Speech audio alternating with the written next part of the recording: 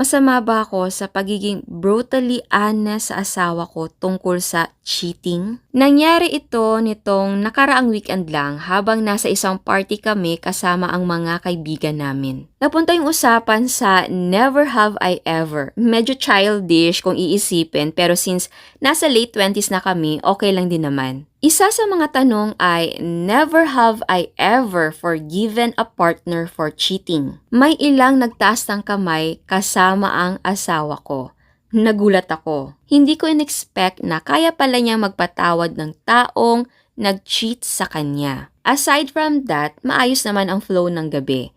Habang pauwi kami, ako ang nagda-drive dahil hindi ako umiinom. Hindi ko talaga trip ang alak. Tinanong ko siya tungkol sa sinabi niya. Sabi niya, matagal niya ng ex-boyfriend yung nag-cheat sa kanya dati. Umamin daw ito and they tried to fix the relationship. Pero naulit pa rin, same way. Sabi niya, hindi siya nagsisisi na binigyan niya ng second chance yung ex niya. At kung sakali raw na ako ang magloko, kaya rin daw niya akong patawarin. Naisip ko baka dala na kalasingan niya yon. Wala naman talaga akong planong mag-cheat dahil hindi ako agad nakasagot.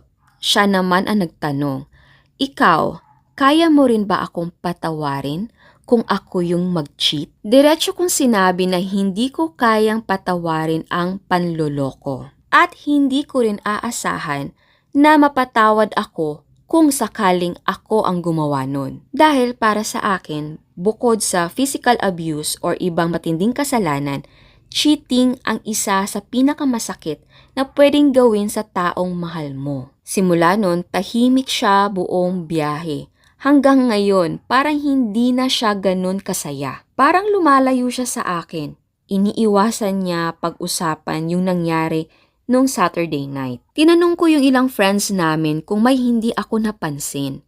Sabi ng iba, mukhang dinamdam niya talaga yung sinabi ko.